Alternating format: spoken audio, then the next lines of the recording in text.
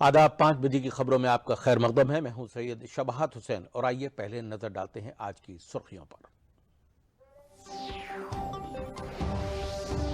रियासत के शहरी बल्दियाती इंतखाब के लिए नामजदगी का अमल शुरू। 9 डिवीजनों के 37 जिलों में शुरू हुई पर्चा नामजदगी। 17 अप्रैल तक उम्मीदवार दाखिल कर सकेंगे अपना पर्चा नामजदगी। बुलंदशहर में सांसद खेल कूद मुकाबला प्रोग्राम में मरकजी वजीर वक्त कुनबा बहबूद अनुराग सिंह ठाकुर ने कहा, वजीर आजम नरेंद्र मोदी की क़यादत में खेलों पर दिया जा रहा है ध्यान, खिलाड़ी कर रहे हैं मुल्क का नाम रोशन। रियासत में कोरोना इन्फेक्शन से निपटने की तैयारियों के लिए की गई मॉक ड्रिल। लखनऊ के बलरामपुर अस्पताल में नायब वजीर आला ब्रजेश पाठक ने लिया तैयारियों का जायजा। कहा, सभी 75 अजला चैलेंज से निपटने के लिए है तैयार।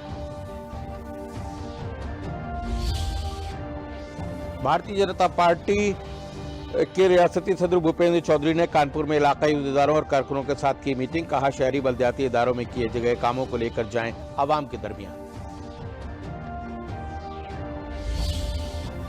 और मदारस में दिखाया जाएगा मन की बात प्रोग्राम का बराह रास्त नशरिया। मदरसे के जिम्मेदारों ने मन की बात प्रोग्राम को मदरसे में दिखाए जाने के फैसले का किया खैर मकदम। कहा, मदरसे के बच्चों को मिलेगी वजीर आजम नरेंद्र मोदी की रहनुमाई। और अब खबरें तफसील से। रियासत में होने जा रहे बल्दियाती इंतखाब के पहले मरहले का अमल आज से शुरू हो गया है। आज 9 डिवीजनों के 37 जिलों में इलेक्शन अफसर की जानिब से नोटिफिकेशन जारी करने के साथ ही नामजदगी का अमल शुरू हो जाएगा और यह 17 अप्रैल तक जारी रहेगा। इस मुद्दत में सुबह 11 बजे से दोपहर 3 बजे तक पर्चा नामजदगी दाखिल किए जा सकेंगे। रियासती इलेक्शन कमीशन ने नामजदगी के अमल को महफूज और पुरअमन तरीके से कराने के लिए जिला मजिस्ट्रेटों को हिदायत जारी की है। हिदायत के मुताबिक उम्मीदवारों की नामजदगी के जुलूस पर पाबंदी रहेगी। जिन डिवीजनों में यह अमल शुरू होगा उनमें लखनऊ, सहारनपुर, मुरादाबाद, आगरा, झांसी, प्रयागराज, देवी पाटन, गोरखपुर और वाराणसी शामिल हैं। लखनऊ के जिला इलेक्शन अफसर सूर्यपाल गंगवार ने आज लखनऊ में नगर निगम जोन 4 के दफ्तर में वाक़ नामजदगी मरकज समेत मोहनलालगंज, सरोजनी नगर, राजाजीपुरम, बंगला बाजार वाक़ जोन 5 और 8 के नामजदगी के मराकज पर सूरत हाल का जायजा लिया और अफसरान को जरूरी हिदायत दी। शहरी बल्दियाती इंतखाब 2023 के पेश नज़र आज से मेयर, काउंसलर, नगर पंचायत सदर और मेंबरान के लिए नामजदगी का अमल शुरू हो गया है।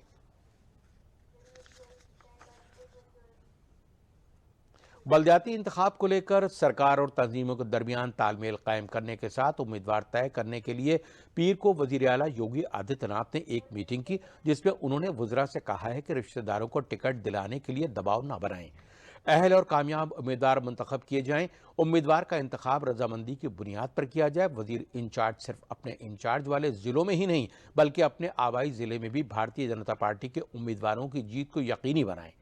उन्होंने कहा है कि टिकट तकसीम में कोई नाराजगी ना हो, इसका खास ध्यान रखा जाए। वजीर आला योगी आदित्यनाथ ने कहा है कि सरकार की हुसूलियाबियों और कामों को अवाम के दरमियान लेकर जाए और हारी हुई सीटों पर ज्यादा से ज्यादा फोकस करें।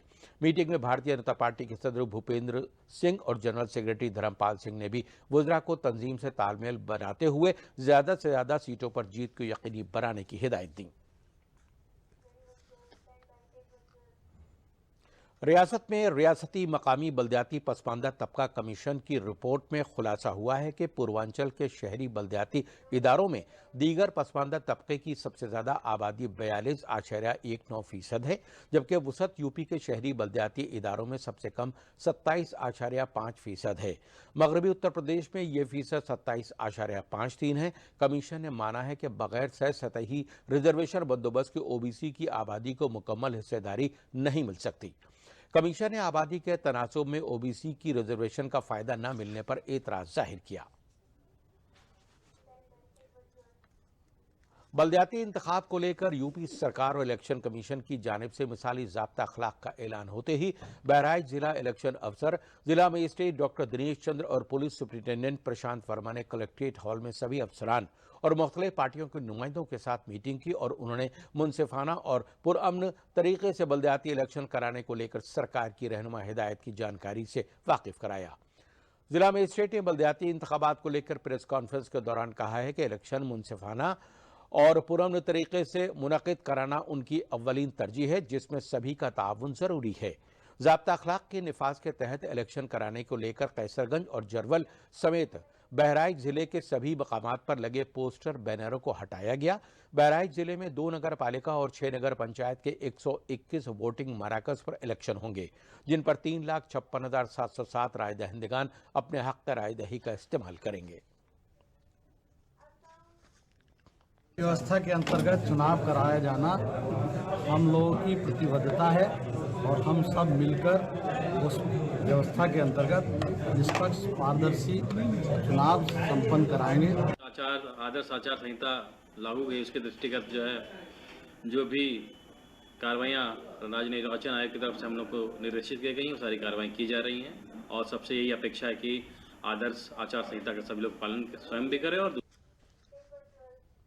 बुलंदशहर के खालोर वाक़े रामेश्वरी देवी नेत्रपाल सिंह स्पोर्ट्स स्टेडियम में सांसद खेलकूद मुकाबला प्रोग्राम में मरकजी वजीर इत्तलात व नशरियात व नौजवान बहबूद व खेल वजीर अनुराग सिंह ठाकुर शामिल हुए। मरकजी वजीर ने प्रोग्राम को खिताब करते हुए कहा है कि वजीर आजम नरेंद्र मोदी की क़यादत में खेलों पर खुसूसी तवज्जो दी जा रही है, जिसका नतीजा यह है कि कॉमनवेल्थ गेम और ओलंपिक्स खेलों में खिलाड़ियों ने मुल्क का परचम लहराया है। कॉमनवेल्थ गेम में नुमाइंदगी करने वाले 22 खिलाड़ियों ने गोल्ड मेडल हासिल करके मुल्क का नाम रोशन किया है। अगर भारत का रिकॉर्ड देखेंगे, टोक्यो ओलंपिक्स में आज तक के सबसे ज़्यादा मेडल 7, पैरालंपिक्स में 19, डेफ ओलंपिक्स में 20 मेडल जीते। कॉमनवेल्थ गेम्स में गोल्ड मेडल 22 और 61 मेडल जीते हमने, जो आज तक के सबसे ज़्यादा है। यही नहीं, और शूटिंग भी उसमें कोई इस बार प्रतिस्पर्धा नहीं थी। इसके अलावा थॉमस कप हम 73 साल में नहीं जीते थे, बैडमिंटन में हमने वो भी जीतने का काम किया है। IBA women world boxing championship में एक नहीं 4 महिला बॉक्सर्स ने गोल्ड मेडल जीता है। ये बढ़ती हुई उपलब्धियां हैं भारत की खिलाड़ियों। मरकजी वजीर अनुराग सिंह ठाकुर ने कहा है कि मुल्क के देही इलाकों में छुपी सलाहियतों को निखारने के लिए खेल के हर एक पहलुओं पर सरकार ध्यान दे रही है। खिलाड़ियों को जदीद सहूलियात मुहैया कराने के लिए सरकार ने गुज़िश्ता खेल बजट 964 करोड़ रुपए को बढ़ाकर इस बार बजट को 3 गुना कर दिया है। उन्होंने जिले को इंडोर स्टेडियम की तामीर कराने का ऐलान करते हुए कहा है कि रुकने पार्लियामेंट डॉक्टर भोला सिंह काफ़ी वक्त से इसका मुतालबा कर रहे थे। पार्लियामानी हलक़े में जल्द स्टेडियम की तामीर शुरू कर दी जाएगी। स्टेडियम खुल जाने से जिले के हज़ारों खिलाड़ियों को खेलने का मौका मिलेगा। इस मौके पर मरकजी वजीर अनुराग सिंह ठाकुर ने कामयाब खिलाड़ियों को यादगारी निशान व तौसीफी सनद देकर एजाज से नवाजा।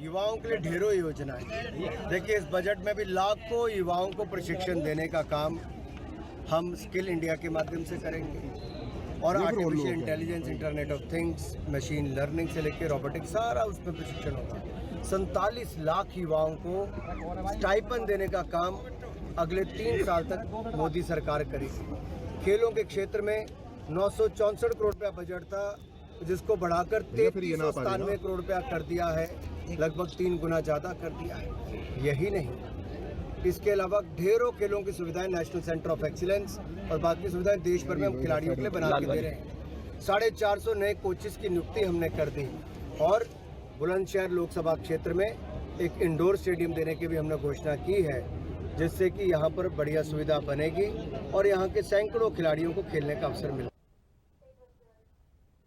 एडिशनल चीफ सेक्रेटरी खेल व यूथ वेलफेयर नवनीत सहगल ने कहा है कि रियासत में खेलों को फरोग देने के लिए 30,000 से ज्यादा देही सतह पर खेल मैदान की निशानदेही कर ली गई है। उनकी तरक्की के लिए ये स्कीमें बन चुकी हैं। उन्होंने कहा है कि पहली बार रियासती सरकार के जरिए खेल पॉलिसी बनाकर काम किया जा रहा है।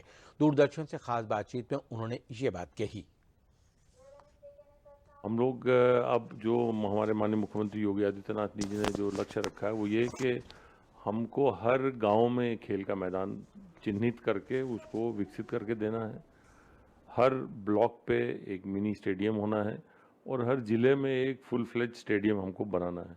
तो इसमें जो सामान्यतः शिकायत रहती है हमारे जो खिलाड़ियों की कि साहब सुविधाएं नहीं है, बिना सुविधाओं के हम आगे बढ़े हैं, तो सरकार सबसे पहले तो उनको वो मुख्य सुविधाएं देने का प्रयास कर रही है। और अब मैं बताना चाहूँगा कि हमारे लगभग 30,000 गाँव में हमने खेल के मैदान चिन्हित करके उनको इस लायक बनाया है कि वहाँ पर खिलाड़ी दौड़ के एक्सरसाइज कर सकते हैं। और लगभग 120 से अधिक जो है वो ग्रामीण क्षेत्रों में मिनी स्टेडियम और मल्टीपर्पज़ हॉल बनाए हैं और सभी जनपदों में एक एक बड़ा स्टेडियम हम लोग दे रहे हैं और खेल सुविधाओं का विकास। आज महफूज मदर्स डे है। हामला खवातीन की सेहत के मुनासिब देखभाल और जचगी के सिलसिले में बेदारी फैलाने के मकसद से हर साल की तरह 11 अप्रैल को ये दिन मनाया जाता है। आज मुल्क भर में कई प्रोग्राम मुनक्किद किए जा रहे हैं ताकि हामला खवातीन की सेहत का खास ख्याल रखा जाए।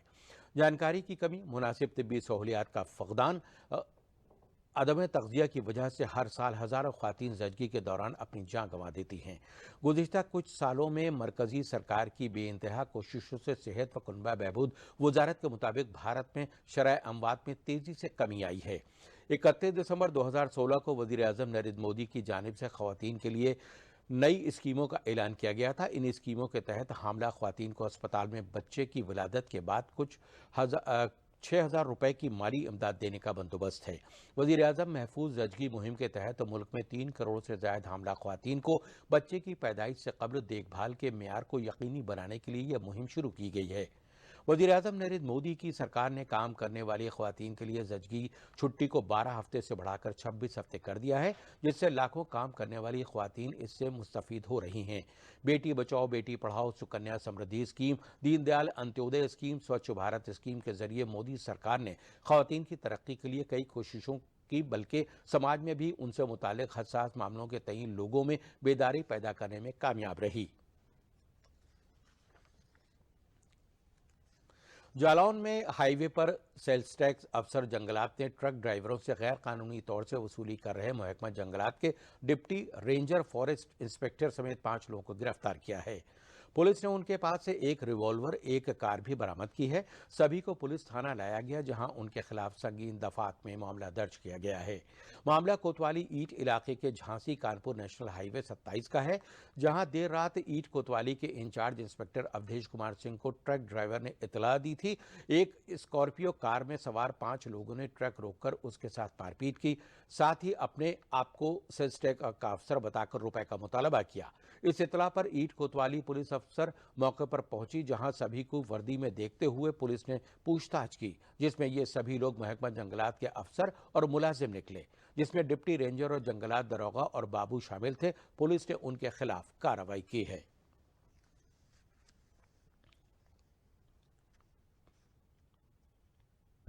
दिनांक 9/10 की रात में सूचना मिली थी इंस्पेक्टर 8 को कि कानपुर झांसी मार्ग पर एक प्राइवेट गाड़ी है जिसमें कुछ लोग हैं, एक ट्रक को रोके हुए हैं और उससे बता रहे हैं कि मैं सेल टैक्स का अधिकारी हूं, जिस पर जो है यहाँ से 8 थाने द्वारा जो है जाकर देखा गया तो वो वन विभाग के जो है 5 अधिकारी कर्मचारी निकले, जिनके कुछ आदमी जो है उसमें शराब का सेवन किए हुए थे, जिनका मेडिकल कराया गया है तथा ड्राइवर कहा कि हमारे साथ मारपीट की गई है, तो ट्रक चालक का भी मेडिकल कराया गया है और उसने तहरीर दिया है। तहरीर के अनुसार जो है आवश्यक विधिक कार्रवाई की जा रही है।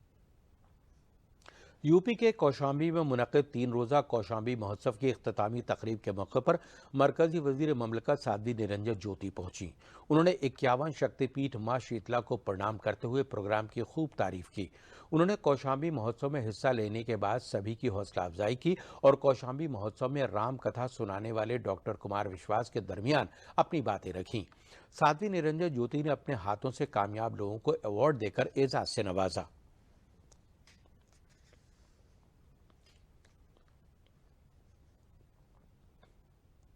लेकिन एक धार्मिक कार्यक्रम के माध्यम से जनता के बीच में संदेशा, धार्मिकता से जोड़ना, ये एक अटूट संबंध होता है।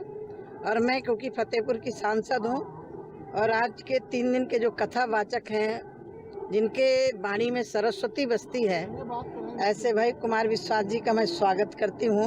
देखिए, हमारी पूरी तैयारी हमेशा रहती है, चुनाव को लेकर अकेले तैयारी नहीं होती। हमारा कार्यकर्ता 24 घंटा पार्टी के लिए काम करता है और हमेशा बूथ में खड़ा रहता है। श्रावस्ती जिले के 3 मकामात पर अचानक नामालूम वजूहात से जबरदस्त आग लग गई, जो अमनाहा के चंद्रखा बुजुर्ग, लवनीनपुर, दामोदरा गांव और गलोला के कंदरा गांव में खेत में लगी आग किसानों के साल भर की मेहनत को जलाकर राख कर गई। गेहूं की पकी फसल में अचानक आग लग गई और देखते देखते ही तेज हवाओं की वजह से आग ने भयानक शक्ल इख्तियार कर ली। कुछ ही देर में 200 बीघा खड़ी फसलों की जलकर राख हो गई। आग लगने की इत्तला मिलने पर फायर ब्रिगेड की टीम भी आई, लेकिन तब तक काफी देर हो चुकी थी। लेकिन देही बाशिंदों की कड़ी मशक्कत और कोशिशों के बाद आग पर काबू पाया गया। कानपुर शहर पहुंचे भारतीय जनता पार्टी उत्तर प्रदेश के सदर भूपेंद्र सिंह चौधरी ने कानपुर बुंदेलखंड इलाके के दफ्तर में इलाकाई ओहदेदारों समेत भारतीय जनता पार्टी की 17 जिला इकाइयों के जिला सदर, जिला इंचार्ज, पार्टी के ओहदेदारान, मेंबर असेंबली और कारकुनान के साथ बल्दियाती इंतखाबात की तैयारियों को लेकर अहम मीटिंग की। सहाफियों से बातचीत करते हुए रियासती सदर ने कहा कि कमीशन की जानिब से बल्दियाती इलेक्शन का नोटिफिकेशन जारी किया गया है।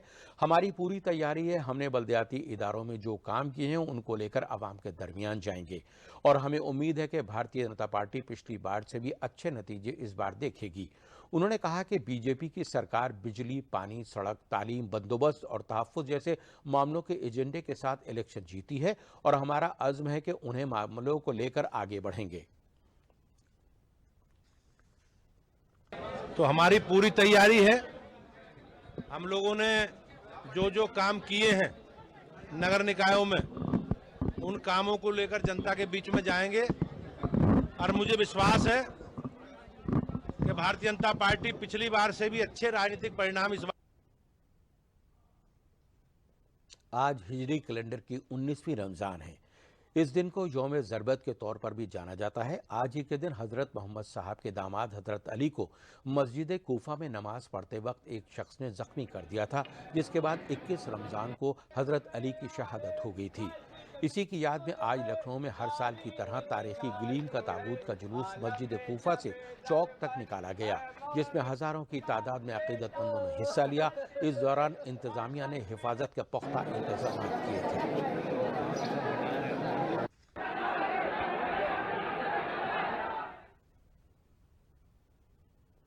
30 अप्रैल को वज़ीर-ए-आज़म नरेंद्र मोदी के मन की बात प्रोग्राम के 100 एपिसोड पूरे होने वाले हैं, जिसका बराह रास्त नशरिया मदारस में दिखाया जाएगा। मन की बात प्रोग्राम में बराह रास्त नशरिया मदरसों में दिखाए जाने का मदरसों के जिम्मेदारों ने खैर मकदम किया। उनका कहना है कि मदरसे के बच्चे भी वज़ीर-ए-आज़म की मन की बात को सुनेंगे तो उनको भी रहनुमाई होगी।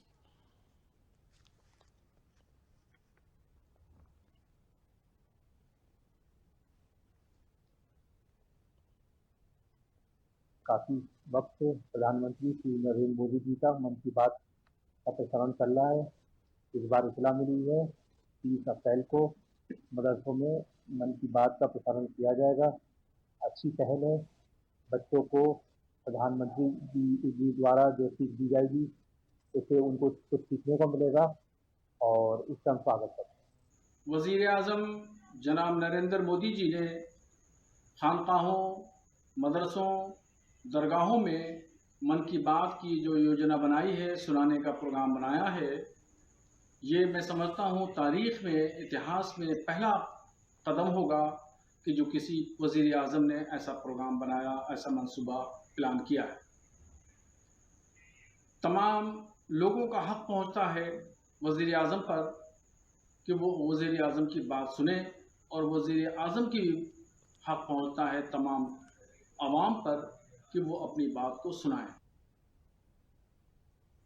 अजीम समाजी कारकुन, रहनुमा और मुसन्निफ महात्मा ज्योतिबा फूले की आज जयंती है। वज़ीर-ए-आज़म ने उनकी जयंती पर खराज अक़ीदत पेश किया है। वज़ीर-ए-आज़म ने कहा है कि महात्मा ज्योतिबा फूले को उनकी जयंती पर नमन करता हूँ। समाजी इंसाफ और दलितों के बाख्तियार बनाने में उनका अहम ताउन जो है उसे मैं याद करता हूँ। उनके ख्यालात लाखों लोगों को उम्मीद और ताकत फराहम करते हैं। इसके साथ ही वज़ीर-ए-आज़म ने एक वीडियो को भी साझा किया।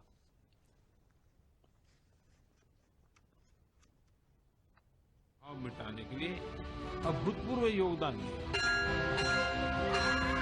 महात्मा फुले ने उस दौर में बेटियों के लिए स्कूल खोले, कन्या शिशु हत्या के खिलाफ आवाज उठाई, उन्होंने जल संकट से मुक्ति दिलाने के लिए भी बड़े अभियान चलाए। सत्य शोधक समाज की स्थापना की, जन जन के सशक्तिकरण के प्रयास किए। उन्होंने समाज को जागरूक भी किया और उसका हौसला भी बढ़ाया। आजादी के अमृतकाल में हमें ऐसी महान विभूतियों से सीखने और निरंतर प्रेरणा लेने की जरूरत है। हमें अपने कर्तव्यों को सबसे आगे रखना है। हम लोगों का एक ही मंत्र रहता है, सबका साथ सबका विकास। ये मंत्र ज्योतिबा फुले की प्रेरणा से मिला हुआ है। ये मंत्र हिंदुस्तान की मिट्टी की महक को लेकर के आया हुआ है। सेहत और कुनबा बहबूद वजारत के मुताबिक मुल्क भर में गुज़िश्ता 24 घंटों में कोरोना के 5,676 मामले दर्ज किए गए। पिछले 24 घंटों में 3,761 मरीज इलाज के बाद शफायाब हो चुके हैं। इसके बाद मुल्क में रिकवरी शरह 98.73% रही। वहीं हफ्तेवार पॉजिटिविटी रेट मौजूदा वक्त में 3.81% दर्ज किया गया। इसके साथ ही पॉजिटिविटी रेट 2.88% दर्ज किया गया है। मुल्क में कोरोना के एक्टिव मामलों की तादाद 37,092 है। मुल्क में टीकाकारी की तादाद में तेजी से बढ़ रही है। कोविड वबा के खिलाफ सबसे मौसर हथियार के तौर पर शुरू की गई टीकाकारी मुहिम के तहत मुल्क में अब तक 220 करोड़ 66 लाख से ज्यादा टीकों की खुराक दी जा चुकी है। पिछले 24 घंटों में 358 से ज्यादा कोविड के टीके लगाए गए हैं।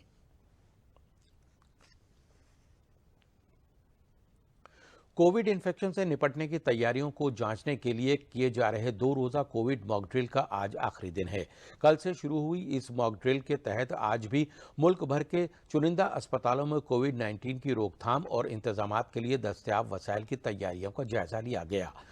इस दौरान तिब्बी इदारों में कोविड-19 के इंतजामात की तैयारियों के लिए दस्तयाब बेड्स, एम्बुलेंस, आलात और दवाइयों का जायजा लिया जाएगा। इसके साथ ही ऑक्सीजन सप्लाई आलात और जानी तहफ़्फ़ुज़ के जो आलात हैं उनकी मॉक ड्रिल करके उनकी जो सलाहियत है उसको यकीनी बनाया जाएगा। वहीं मरकजी वजीर सेहत डॉक्टर मनसुख मांडविया ने कल दिल्ली की RML अस्पताल में मॉक ड्रिल का मुआयना किया और सेहत मुलाजमीन से बातचीत की। इस दौरान उन्होंने कोविड-19 की रोकथाम और इंतजाम के लिए दस्तयाब वसाइल जैसे कि दवाई, ICU, बेड्स और मेडिकल ऑक्सीजन की जो दस्तयाबी है उसका जायजा लिया। रियासत के नायब वजीर आला ब्रजेश पाठक ने रियासत के बाशिंदों को यकीन दिलाया है कि कोरोना के नए वेरिएंट से निपटने के लिए सरकार पूरी तरह पुरअज़्म है। लोगों को किसी भी तरह से घबराने की जरूरत नहीं है। लखनऊ के बलरामपुर अस्पताल में आज कोरोना की तैयारियों को लेकर मॉक ड्रिल की गई, जिसमें नायब वजीर आला ब्रजेश पाठक ने खुद तैयारियों का जायजा लिया। उन्होंने कहा कि पूरी रियासत के सभी 75 जिलों में कोरोना के मुमकिन चैलेंजों से निपटने के लिए तैयारियां कर ली गई हैं। उन्होंने कहा कि इन तैयारियों का जायजा लेने के लिए नोडल अफसरान की तैनाती की गई है जो सरकार को हर लम्हे की रिपोर्ट देंगे। नायब वजीर आला ने लोगों से अपील की है कि वो मास्क का इस्तेमाल करें और भीड़ भाड़ वाली जगहों पर जाने से बचें। आज और कल 2 दिन हम मॉक ड्रिल करेंगे। जो जमीनी सच्चाई है, जो हकीकत है, किस ढंग से इमरजेंसी में हम मरीज का इलाज करेंगे, कोविड पेशेंट का, सभी उपकरणों को उपयोग करते हुए हम मॉक ड्रिल कर रहे हैं। और सभी पदों में एक नोडल ऑफिसर भी नियुक्त किया गया है जो मॉक ड्रिल को नीचे तक परख करके और शासन को रिपोर्ट देंगे। मैं स्वयं बलरामपुर हॉस्पिटल में आया हूं और यहाँ पर सारे उपकरण चलते हुए मिले हैं। एक मरीज को हमने टेस्टिंग के तौर पर किस ढंग से इमरजेंसी में हम इलाज करेंगे उसको भी हमने प्रदर्शन यहाँ पर देखा है। हम पूरी तरह से प्रदेश की जनता को आश्वस्त करते हैं, प्रदेश की जनता को भरोसा दिलाते हैं कि उत्तर प्रदेश सरकार कोविड से निपटने के लिए पूरी तरह से सक्षम है। हर चीज निपटने के लिए सभी अस्पतालों को तैयार रहने के निर्देश दिए गए। मुल्क में एक बार फिर बढ़ते कोरोना के मामलों को लेकर महकमा सेहत अलर्ट पर आ गया है। इसी सिलसिले में हाथरस में नोडल अफसर की जानिब से कोविड-19 से बचाव के लिए की गई तैयारियों का जायजा लिया गया।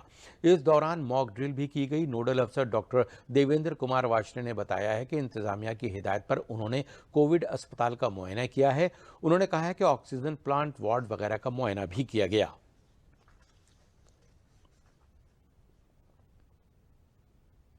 शासन से जो हमें निर्देश प्राप्त हुआ था कि आज पूरे उत्तर प्रदेश के सभी कोविड फैसिलिटी में कोविड से तैयारियों से पूर्व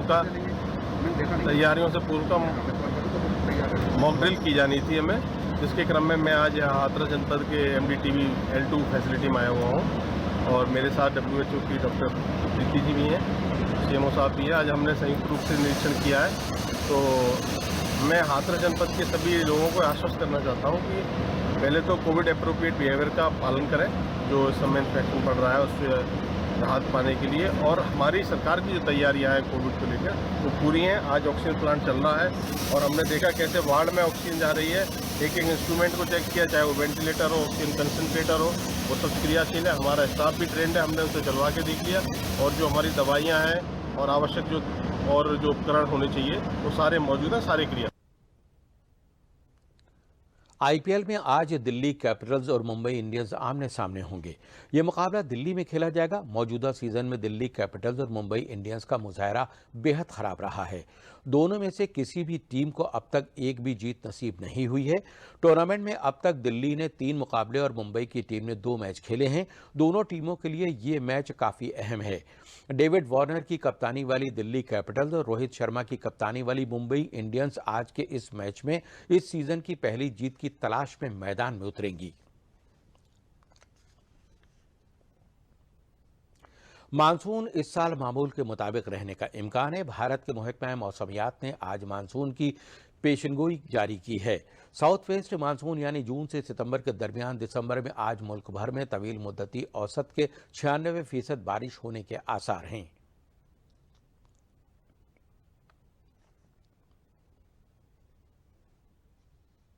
पूरी भारत में जून से सितंबर के अंदर जो बारिश होने वाला है वो लॉन्ग पीरियड एवरेज का 96% होने का पूर्वानुमान किया जा रहा है।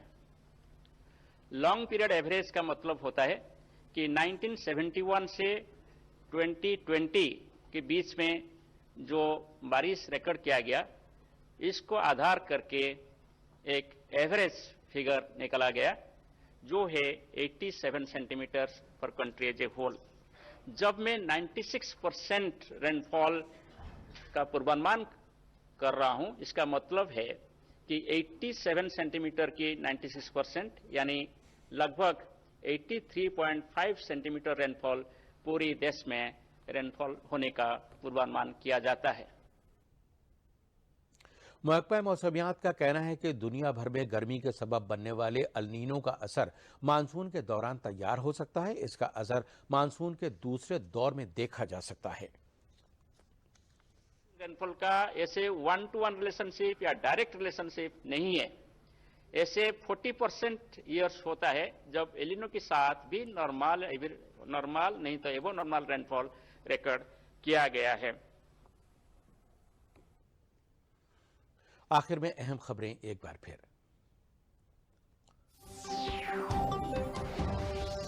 रियासत के शहरी बल्दियाती इंतखाबात के लिए नामजदगी का अमल शुरू। 9 डिवीजनों के 37 जिलों में शुरू हुई पर्चा नामजदगी। 17 अप्रैल तक उम्मीदवार दाखिल कर सकेंगे अपना पर्चा नामजदगी। बुलंदशहर में सांसद खेलकूद मुकाबला प्रोग्राम में मरकजी वजीर खेल व कुनबा बहबूद अनुराग सिंह ठाकुर ने कहा, वजीर आजम नरेंद्र मोदी की क़यादत में खेलों पर दिया जा रहा है ध्यान, खिलाड़ी कर रहे हैं मुल्क का नाम रोशन। रियासत में कोरोना इन्फेक्शन से निपटने की तैयारियों के लिए की गई मॉक ड्रिल। लखनऊ के बलरामपुर अस्पताल में नायब वजीर आला ब्रजेश पाठक ने लिया तैयारियों का जायजा। कहा, सभी 75 जिले चैलेंज से निपटने के लिए हैं तैयार। भारतीय जनता पार्टी के रियासती सदर भूपेंद्र सिंह चौधरी ने कानपुर में इलाकाई ओहदेदारों और कारकुनों के साथ की मीटिंग। कहा, शहरी बल्दियाती इदारों में किए गए कामों को लेकर जाएंगे अवाम के दरमियान। और मदारस में दिखाया जाएगा मन की बात प्रोग्राम का बराह रास्त नशरिया। मदरसे के जिम्मेदारों ने मन की बात प्रोग्राम को मदरसे में दिखाए जाने के फैसले का किया खैर मकदम। कहा, मदरसे के बच्चों को मिलेगी वजीर आजम नरेंद्र मोदी की रहनुमाई। इसी के साथ खबरों का सिलसिला यहीं पर खत्म हुआ। शबाहत हुसैन को दीजिए इजाजत। शब बखैर।